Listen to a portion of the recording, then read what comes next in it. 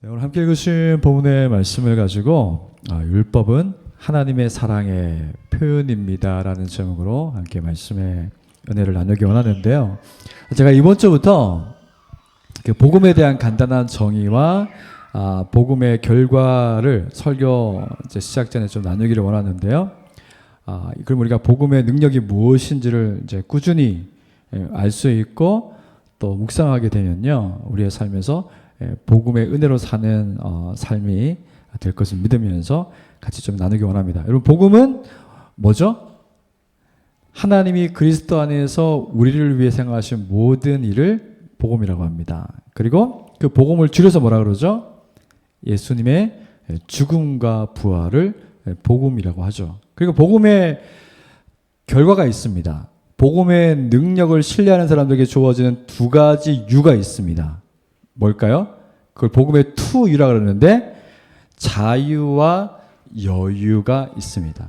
자유와 여유가 있습니다. 그리고 복음을 신뢰하는 사람은요, 겸손과 담대함을 가지고 있습니다. 왜냐하면은 예수님이 십자가를 바라보면요, 예수님이 나를 위해서 죽으셨다는 것을 생각할 때 내가 생각하는 것보다 나는 훨씬 더 큰 죄인이라는 것을 알게 되죠. 동시에 그 예수님이 하나님의 아들이 십자가에서 죽었다는 것을 생각할 때 나는 내가 생각하는 것보다 훨씬 더 큰 하나님의 사랑을 받고 있다는 것을 알 수 있게 되죠. 그래서 복음의 능력이 그 복음을 계속해서 바라보고 하나님이 어떤 일을 예수님 안에서 행하셨는지를 보게 되면요, 우리 안에서 율법을 내가 지킬 수 있는 것이 아니라, 내가 지키는 것이 아니라 율법을 예수님이 완성하셨고 그 예수님을 믿는 사람들에게 하나님께서 그리스도와 함께 율법을 지킬 수 있는 능력을 주신다는 것을 신뢰하게 되죠. 그래서 예수님을 믿음으로 율법을 지킬 수 있게, 하나님 말씀에 순종할 수 있게 하신다는 것이 복음과 복음의 결과입니다. 그리고 우리가 오늘 그 말씀을 통해서 나누려고 하는 것은요, 하나님이 왜 하나님을 믿는 자신의 자녀들에게 말씀, 율법을 주셨는가 하는 것입니다. 결론부터 말씀드리자면은 하나님이 자기 자녀들에게 율법을 주신 것은요, 말씀을 주신 것은 하나님의 사랑의 표현이라는 것입니다. 오늘날 그 기독교 그 신앙이 없는 사람들에게, 기독교를 믿지 않는 분들에게는요, 이 율법은 하나의 규칙과 규제로 여겨집니다. 그래서 어떤 분들은 이 율법 때문에, 하나님 말씀 때문에 기독교를 거부하는 분들도 있습니다. 그리고 심지어 기독교 신앙을 가진 분들 중에도요, 율법은, 하나님의 말씀은 불편합니다. 믿는 사람들이 그 하나님 말씀을 불편해하는 가장 큰 이유는 율법을 지켜야 하는 것은 맞는데 지키는 것이 쉬운 일이 아니거든요. 그래서 하나님의 법 앞에 서게 되면 내가 하나님의 말씀을 잘 지키냐, 순종하느냐, 그것만 생각하면은 자꾸만 내 믿음이 작아지고 죄책감을 느끼고 내가 신앙이 없는 사람처럼 때로 느껴지기 때문에 율법은, 하나님 말씀은, 그 명령은 불편하게 느껴지는 것 같습니다. 그런데 오늘 성경은요, 하나님이 우리에게 율법을 주신 이유를 알 수 있고 또 그 이유를 알게 되면은 하나님 말씀을 바라보는 다른 그 시각이 생깁니다. 또한 그 율법이 굉장히 사랑스럽고 아름다운 하나님의 성품을 반영한 것이라는 것을 알게 되면, 그리고 우리가 하나님을 신뢰하게 되면은 이 하나님의 말씀이 우리에게 얼마나 달고 오묘한 말씀인지, 내 삶에서 반드시 내가 지켜야 되는 말씀이라는 것을 신뢰하게 됩니다. 그래서 오늘 두 가지로 한번 말씀을 나누고 정리하겠습니다. 먼저 율법은 하나님을 믿는 사람들을 향한 하나님의 그 사랑의 표현이라는 것을 한번 생각해 보겠습니다. 출애굽기 19장 1절에서 6절의 말씀을 보면요, 이스라엘이 그 애굽을 떠난 지 3개월이 되었습니다. 굳이 이 3개월이라는 기간을 갖다가 강조하고 있어요. 그리고 그 3개월이 지났을 때 드디어 신의 광야에 도착했다고 말합니다. 이 3개월은 뭐였을까요? 그냥 시간입니다. 그냥 시간인데 이 3개월이 어떤 시간이냐면은 이스라엘이 애굽에서 오랜 시간 노예로 살다가 하나님의 구원을 통해서 애굽에서 나왔습니다. 그리고 그 나오는 과정에서 하나님의 기적을 경험했죠. 근데 중요한 것은요, 이스라엘이 분명 그 하나님의 기적을 기뻐하고 감격이 있었어요. 저와 여러분이 처음 예수님 믿었을 때, 예수님이 나를 위해서 하신 일을 들었을 때 마음속에 감격과 기쁨이 우리로 하여금 예수님을 나의 구주로 고백하게 만든 것이죠. 그런데 시간이 점점 지납니다. 시간이 점점 지나면서 광야의 길을 통과해서 가나안으로 가는 그 여정이 결코 쉽지가 않은 거예요. 하나님을 신뢰하는 믿음이 있으면 괜찮은데 하나님을 신뢰하는 마음이 없으니까 그 광야길을 지나가는 동안에 하나님이 주셔도, 하나님이 넉넉히 주셔도, 매일 주셔도 불안함이 있는 겁니다. 하나님이 계속 주실까? 하나님이 계속 그렇게 나한테 은혜를 주실까? 이런 불안함이 계속 마음속에 있으니까 그 가나안 땅으로 가는 여정이 계속 불안한 겁니다. 이것은 우리도 마찬가지죠. 하나님이 어떤 분인가를 알고 신뢰하고 확신한다면요, 천국을 향해서 가는 우리의 여정이 사실 힘겹죠. 힘든 일이 많죠. 하지만 우리가 우리의 힘으로 살아내는 것이 아니라 하나님의 은혜로 산다는 것을 생각하면요, 그 어려움 속에서도 감사하고 기쁨으로 이 여정을 견딜 수 있겠죠. 하지만 이스라엘은 아주 근본적으로 하나님을 향한 신뢰, 믿음이 너무 빈약했습니다. 어떻게 보면 거의 불신앙에 가까운 것처럼 보입니다. 그런 불신앙의 모습이 폭발한 것이 어디냐면요, 바로 르비딤에서 마실 물이 없어서 모세를 원망하고 하나님을 시험한 거죠. 우리가 지금 제대로 목적지를 향해서 가는 것이 맞습니까? 의심하게 되는 거죠.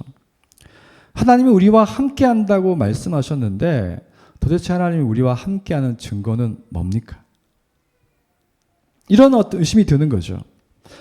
근데 여러분, 이 하나님과의 관계이든 사람과의 관계이든요, 그 상대방에 대한 확신이 없으면 자연스럽게 우리는 의문이 생겨요. 관계에서 사람들과 계속 만나고 하나님과 계속 만나서 그분의 말씀을 듣고 그분이 나를 사랑한다는 말씀을 듣고 그 관계가 신뢰 가운데 있지 않으면요, 계속해서 관계에 의문이 듭니다. 그리고 그 의문이 쌓이고 해결되지 않은 채로 오랜 시간이 지나면요, 그 의문은 불신으로 바뀝니다. 그래서 우리가 자녀들과 자주 대화하고 자녀들에게 자꾸 사인을 주면서 내가 너를 사랑한다, 나는 언제나 너를 지지하고 있어, 너를 아빠는 너를 사랑해, 엄마는 너를 사랑해 하면서 계속 메시지를 주게 되면은 아이들이 불안해하지 않고 그 메시지를 통해서 부모가 나를 사랑하는구나, 나는 부모를 신뢰할 수 있구나, 이런 어떤 건강한 신뢰관계가 유지가 되는 것이죠. 그래서 자꾸만 이스라엘 백성은요, 그런 하나님과의 신뢰관계가 없다 보니까 하나님을 믿지 못하니까 내가 가는 길이 맞는지 확인하고 싶어집니다. 내가 하나님의 사랑을 받고 있는지, 그분의 보호와 인도를 받고 있는지 확인하고 싶어집니다. 그래서 신앙생활에서 가장 중요한 것은요, 가장 중요한 것 중에 하나가 건강한 신뢰관계입니다. 건강한 신뢰관계예요. 근데 이 신뢰관계에서 가장 중요한 게 뭐냐면 하나님과 나 사이의 신뢰관계가 가장 중요합니다. 만약에 저와 여러분이 하나님과의 관계에서 그 신뢰관계가 건강하다면요, 하나님이 나를 엄청 사랑하시고 그래서 그분이 나를 향한 계획이 놀랍고 내 삶에 대한 미래에 대한 기대가 그 하나님 때문에 넘친다면요, 그 건강한 신뢰관계가 하나님과 나의 그 건강한 신뢰관계가 다른 모든 관계를 지배합니다. 그러니까 사실 우리의 모든 관계에서요, 그 신뢰가 불안정한 것은요, 하나님과의 관계에서 관계가 불안정하기 때문에 오는 거예요. 하나님은 이스라엘의 불안정한 마음을 너무 잘 아셨어요. 그래서 하나님이 이스라엘 백성을 신의 광야에 있는 한 산으로 부릅니다. 우린 그걸 제가 신의 산이라 부르죠. 그리고 하나님이 지금까지 이스라엘 위해서 하신 일을 간단하게 두 가지로 말씀하십니다. 너는 이같이 야곱의 집 이스라엘 자손에게 말하라. 내가 애굽 사람에게 어떻게 행하였는지, 내가 어떻게 독수리 날개로 너희를 업어 내게로 인도하였는지 너희가 보았느니라. 아까 아이들에게 얘기했던 그 콜로라도 그 독수리 이야기. 하나님께서 이스라엘 백성들에게 지금까지 하신 일을 보게 되면요, 하나님이 얼마나 신실하고 좋으신 분인가. 내가 너에게 얼마나 신실하게 행했냐. 내가 너에게 할 수 있는 걸 다 하지 않았냐. 이렇게 말씀하시는 거죠. 그런데도 그 신실하신 하나님에 대해서 이스라엘은 믿지 못한 겁니다. 그래서 하나님께서 그 믿지 못하는 백성에게 제안을 하시는 거예요. 어떤 제안을 하시냐면은 언약을 맺자고 제안을 하십니다. 나와 이제 언약 맺자. 너희가 그렇게 내가 너희에게 신실하게 행하고 너희를 인도하였음에도 불구하고 그렇게 마음이 불안하면은 나와 언약을 맺자. 언약을 맺어서 내가 너희 마음의 불신을, 불안함을 없애주고 싶다. 그래서 하나님이 어떤 식으로 언약을 맺습니까? 나는 온 우주 만물을 창조한 유일한 하나님이다. 모든 것이 내 소유이고 내가 다스리고 있다. 너희가 내 말을 잘 듣고 내 언약을 지키면 너희는 모든 민족 중에서 내 소유가 되겠고 너희가 내게 대하여 제사장 나라가 되며 거룩한 백성이 되리라. 여기서 내 소유라는 단어는요, 우리가 하나님의 아들과 딸이 될 것이라는 것을 말씀합니다. 말라기 3장 17절을 보면요, 나의 정한 날에 그들로 나의 특별한 소유를 삼을 것이요, 또 사람이 자기를 섬기는 아들을 아낌같이 내가 그들을 아낄 것이다. 하나님은 내 소유로 삼으겠다는 그 말씀에서 우리가 그분의 자녀로 받아들여졌다는 것을, 받아들여질 것이라는 것을 말씀하시는 거죠. 그러니까 하나님은 너희가 나와 언약을 맺고 내 말을 잘 지키면은 너희는 제사장 나라가 될 거야 라고 말합니다. 제사장 나라라는 것은요, 먼저 하나님을 경험한 이스라엘이 하나님이 얼마나 좋은 분인가를 알게 되면은 아직 하나님을 알지 못하는 사람들에게 그 하나님을 전할 수 있다는 거예요. 그런 삶을 제사장 나라로 표현합니다. 그리고 거룩한 백성이 될 거라고 합니다. 거룩한 백성은 하나님의 성품을 닮아가는 거죠. 우리의 언어와 우리의 삶의 모습이나 이런 것들이 하나님을 점점 닮아가는 것을 말합니다. 그러니까 우리의 삶 자체가, 우리가 가끔 그런 얘기 하잖아요. 야, 내가 사는 게 천국 같아요.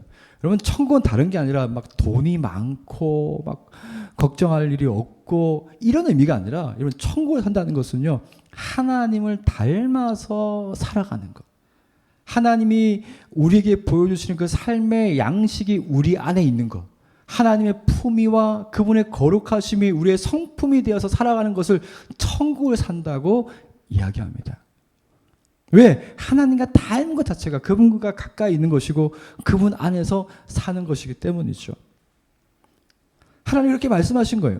너희가 나와 언약을 맺고 내 말을 잘 지키면 너희는 내 소유, 내 제사장 나라, 내 거룩한 백성이 될 것이다. 이렇게 하나님께서 언약을 제안했습니다. 그러자 이스라엘이 어떻게 답합니까? 여호와께서 명령하신 대로 우리가 다 행하겠나이다. 언약이 맺어진 거예요. 그럼 우리는 언제 언약을 맺었습니까? 여러분, 우리가 예수님을 믿는다는 것, 예수님을 우리의 구주로 믿는다는 것 자체가요, 성경은 새 언약이라고 말씀합니다. 구약의 백성들이 신의 산에서 하나님과 언약을 맺었다면요, 오늘을 사는 우리는 예수님을 통해서, 그분의 구원을 통해서 새로운 언약의 백성이 되었다고 말합니다. 그러면 우리도 새로운 언약의 백성으로서 우리가 해야 될 게 뭡니까? 하나님의 말씀을 잘 지키는 거죠. 하나님의 말씀을 잘 듣는 것이죠. 그것이 새로운 언약 관계 가운데 있는 우리가 여전히 하나님 앞에 보여야 될 반응이고 충성이라는 겁니다. 여러분, 바로 여기에서 율법이 가지고 있는 의미가 나오는 거예요. 율법은 하나님의 성품입니다. 하나님의 성품이 말로 표현된 거예요. 그래서 하나님을 온 우주의 창조주와 통치자로 믿겠다는 사람들은요, 그 증거로 하나님의 말씀인, 그분의 성품인 율법에 순종하는 겁니다. 하나님은 광야의 길을 걸으면서 내내 마음이 불안하고 혼돈을 겪고 있는 이스라엘에게 자신의 성품이 반영된 율법을 주심으로 혼돈하지 말고 율법대로만 살면, 내 말대로만 살면 내가 너희를 변함없이 사랑하고 너희를 목적지까지 보호할 것이다. 이렇게 말씀하는 겁니다. 여러분, 하나님의 말씀이 구원인 이유가 뭐냐면요, 여러분, 세상에서 살 때 가장 힘든 게 뭐냐면요, 원칙과 규칙이 없는 거예요. 수많은 제도가 있고 법이 있지만요, 그 법과 제도들이 사람들의 상황과 윤리적 상황에 의해서 다 바뀌어버려요. 기준이 없어요. 절대적인 기준이 없어요. 왜 그러냐면은 유일하신 하나님이 만든 것이 아니라 사람들이 그 상황에 따라서, 문화에 따라서 만들기 때문입니다. 그래서 사람들이 다 각기 제 마음대로요. 자기가 원하는 삶을 삽니다. 그래서 세상이 사실은 혼돈 가운데 있죠. 우리도 그 속에서 살다 보니까 뭐가 진리고 뭐가 우리가 따라야 될 기준인지 알지 못합니다. 그래서 하나님이 우리를 구원하셨다는 그 구원의 개념 중에 하나는요, 하나님이 우리가 절대적으로 따라가야 할 그분의 말씀을 주신 것 자체가 구원의 의미로 사용됩니다. 너희가 이것만 따라가면, 이 법만 지키면, 이 길로만 가면은 내가 너희를 확실히 구원하겠다는 거예요.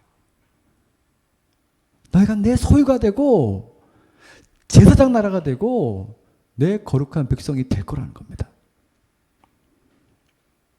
우리도 예수님을 믿는다는 것이 어떤 것인지 잘 몰랐지만 사실은 예수님을 믿는다는 것에도 이 언약이, 새 언약이 여기에도 있는 것이죠. 그래서 하나님의 말씀은요, 하나님의 말씀이 우리에게 주어졌다는 것은 우리의 혼란스러운 삶이 하나님의 기준에 의해서 올바른 목적과 올바른 삶을 지향하게 됨으로 인해서 구원의 의미가 있는 것이죠. 그래서 하나님이 우리에게 율법을 주신 건요, 그분이 우리를 사랑하는 표현이라는 거예요. 왜 그러냐면 그 율법을 주신 배경을 보면 그렇잖아요. 처음부터 야, 내가 이거 잘 지키면 내가 너 사랑해 줄게 아니잖아요. 처음부터 우리를 애굽에서 이스라엘을 구원하신 것처럼 우리가 오히려 죄인 되었을 때 우리를 구원하셨잖아요. 그리고 우리에게 값없는 은혜를 주시잖아요. 그리고 하나님께서 그분의 말씀을 주는 거죠. 내가 너희에게 이렇게 행했으니까 이제 그럼에도 불구하고 너희가 혼란스러워하고 마음의 근심과 걱정이 사라질 날이 없으니까 이제 너희가 나와 언약을 맺자. 그래서 말씀을 주신 거죠. 이제 두 번째로 살펴볼 것은 율법은 하나님의 백성이 하나님의 사랑에 반응해서 따라가야 하는 당연한 삶의 방식이라는 겁니다.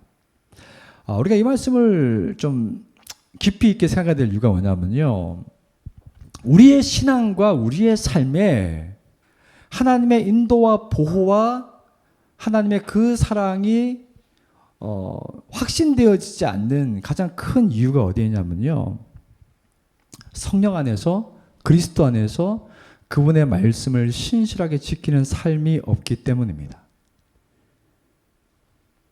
다시 말해서 하나님의 사랑에 대한 제대로 된 그 반응이 없으면요, 우리가 소위 신앙생활을 한다고는 하지만은 우리 마음속에도 여전히 하나님과 관계, 그 신뢰 관계에 있어 가지고 의심이 있고요.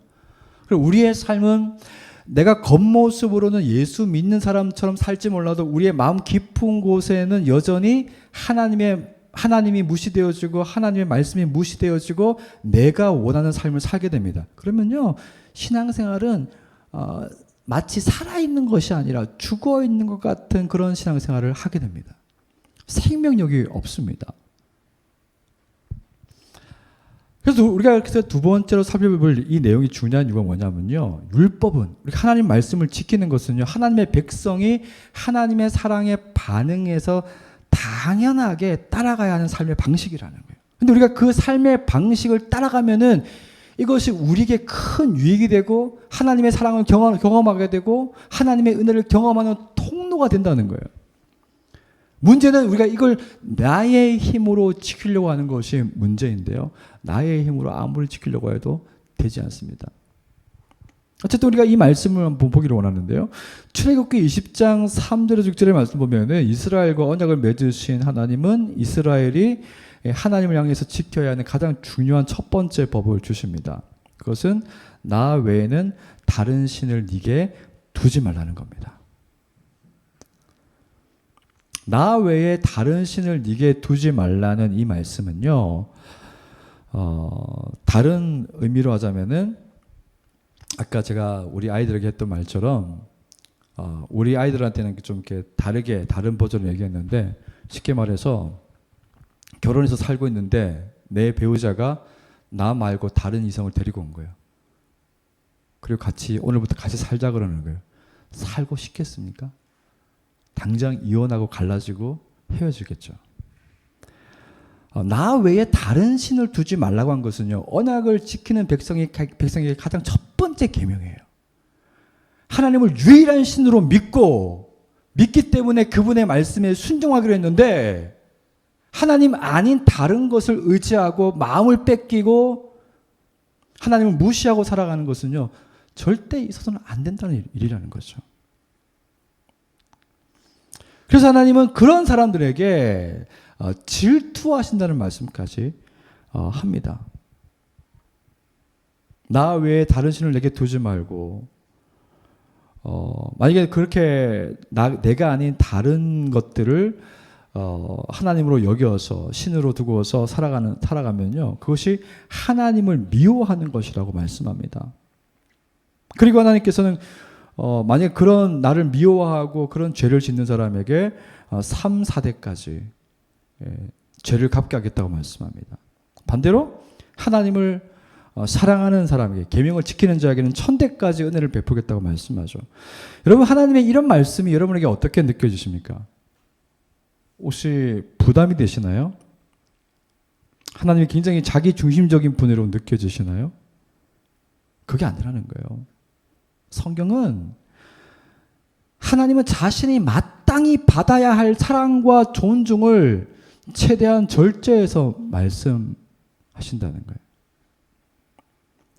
여러분, 만약에 하나님이 모든 만물을 창조하시고 통치하시는 분이라면, 정말 우리가 그렇게 믿는다면, 그 하나님이 삶의 고통 때문에 부르시는 우리를 간망하지 않으시고 우리를 구원하시는 분이라면, 그리고 구원받은 이후에도 죄의 영향 때문에 불안해하는 우리를 위해서 자신과 언약을 맺자고 하시면서 우리의 불안을 잠재우고 우리와 영원히 함께하겠다고 약속을 주시는 분이라면, 이 신실하신 하나님이 나의 첫 번째 사랑이 되는 것은 당연한 것이 아니겠습니까? 이 하나님이 우리에게 나는 너의 첫 번째 사랑의 대상이 되기를 원한다고 말씀하는 것은 당연한 거 아니겠습니까? 도대체 우리는 무엇 때문에 하나님을 믿습니까? 하나님이 우리의 유일한 첫 번째 사랑의 대상이 아니고 그분이 유일한 우리의 하나님이 아니라면 우리는 도대체 하나님을 왜 믿을까요? 하나님이 우리에게 어떤 뭔가를 해줄 수 있기 때문에 믿습니까? 그분을? 근데 그게 종교라는 거죠. 하나님이 나에게 뭔가를 해줄 수 있다고만 믿고 평소에는 그분과 인격적인 교제도 없고 그분과의 어떤 관계가 신뢰하는 관계가 없으면요, 그건 종교라는 거예요. 하나님을 믿는 게 아니라는 겁니다. 그래서 우리는 우리의 삶에서 내가 하나님보다 더 중요하게 생각하고 있는 것이 무엇인지를 빨리 알아채야 됩니다. 그러지 않으면요, 계속 하나님과의 관계는 벌어질 거예요. 멀어질 겁니다. 종교 생활은 하지만 하나님과의 어떤 그 깊은 신뢰의 관계가 없어서 하나님이 주시는 생명력이 없기 때문에, 그래서 내 삶은 점점 종교화되고 하나님이 주시는 은혜가 아니라 내가 만든 삶을 살면서 계속 나는 괴롭고, 그래서 내가 믿는 이 종교와 하나님도 불신하게 될 겁니다. 내가 예수님 믿는 거 이거 맞아? 이거 이렇게 살아가는 거 맞아? 그렇게 될 수밖에 없는 것이죠.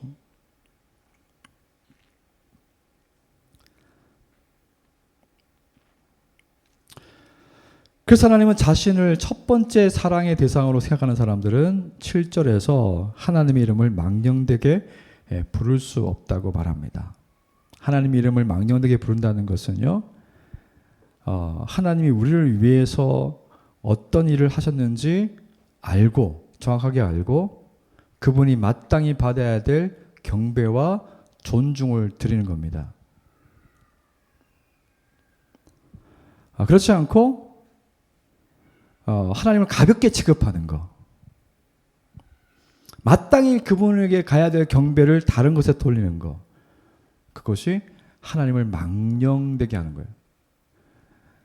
하나님이 우리에게 훨씬 더 중요한 분인데 가치 판단을 할 때 언제나 하나님이 뒷전이라면 그건 하나님을 망령되게 하는 겁니다. 하나님 부르는 거예요.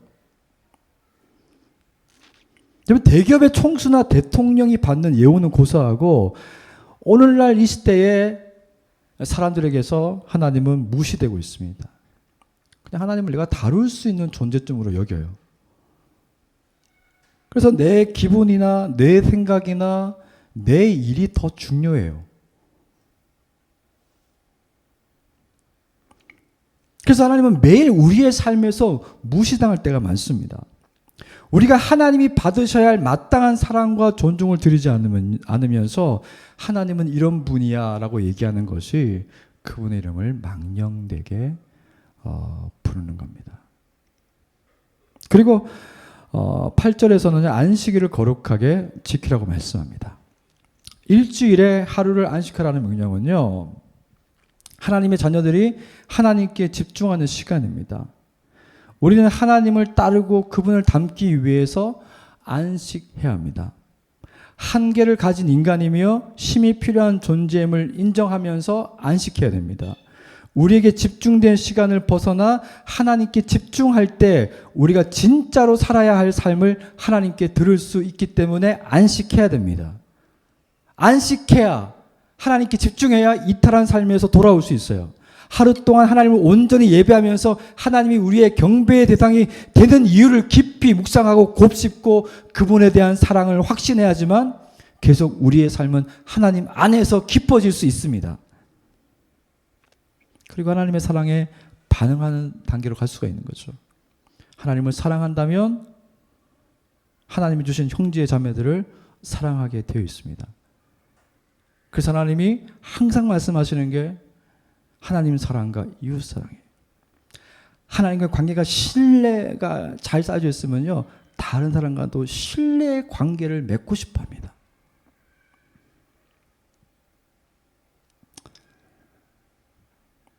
우리가 한번 생각해 볼 수 있겠죠. 이 이스라엘 백성들이 하나님과 언약을 맺었고 언약을 맺은 백성으로서 하나님의 성품을 반영한 율법을 당연히 마땅히 따라야 했지만은 그들은 율법을 따르는 것을 실패했습니다.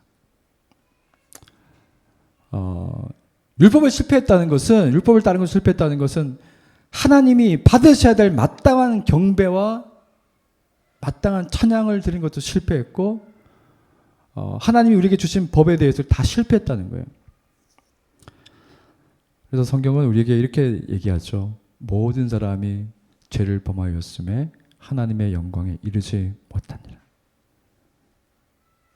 만약에 우리가 우리 존재 자체가 마땅히 하나님께서 우리에게 행하신 그 일을 기억하면서 그분이 받아야 될 마땅한 경배를 드리지 못하고 있는 상태라면은 여전히 하나님을 무시하고 멸시하고 그분을 미워하는 상태라면요, 우리가 그 자리에서 빨리 벗어나기 위해서 무엇을 해야 하는지를 아는 것이 되게 중요하겠죠.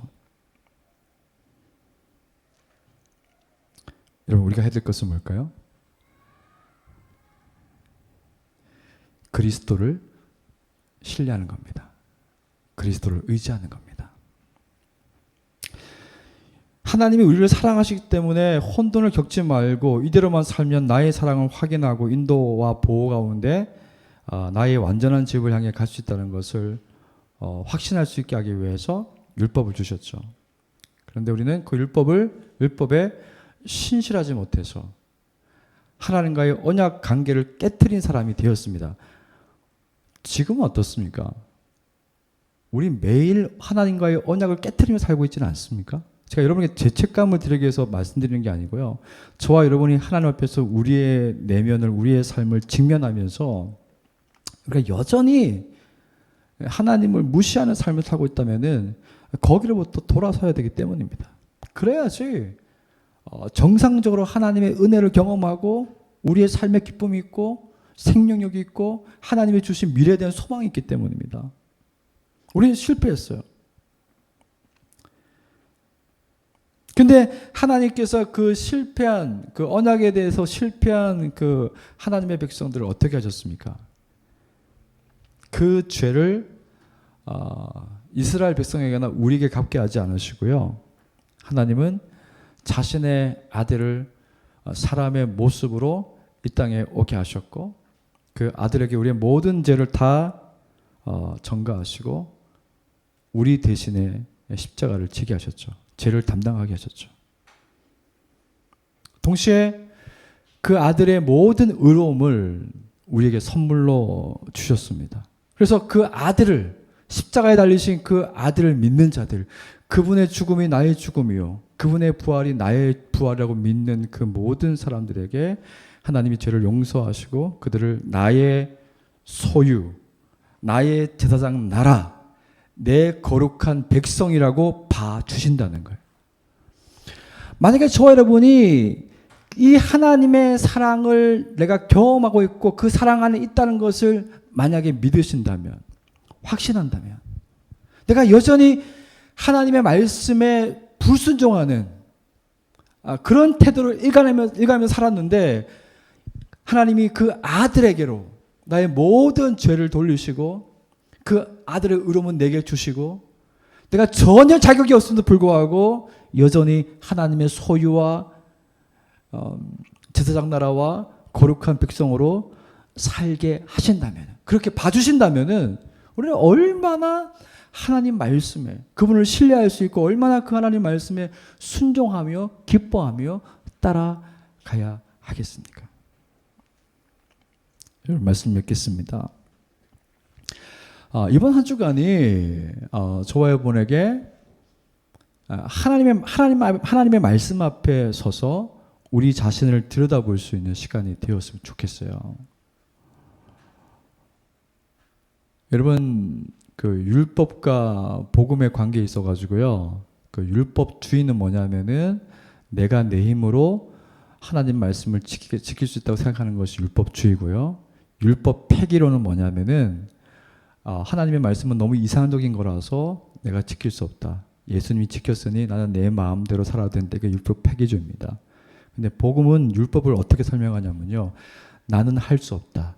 나는 하나님 말씀을 지킬 수 없다. 그래서 예수님이 오셨다. 그 예수님이 나를 대신해서 죽으셨고 그분의 의로움은 나를 위해서 주셨다. 그래서 내가 그 예수를 믿는 순간에 나는 하나님께 사랑받는 자녀가 되었다. 그리고 그리스도와 연합되었을 때, 그리스도께 의지할 때, 그리스도께 맡길 때 나는 하나님의 말씀에 순종할 수 있는 삶을 살 수 있다. 이것이 복음이 이야기한 율법에 대한 이야기입니다. 여러분, 이 한 주간 우리가 한번 우리 자신을 들여다봤으면 좋겠습니다. 내가 하나님과 그리스도를 믿으면서 언약 관계 가운데 있는 내가 어떻게 살아가고 있는지, 마땅히 내 사랑과 존중을 받아야 될 그 하나님이 마땅한 사랑과 존중을 받고 계시는지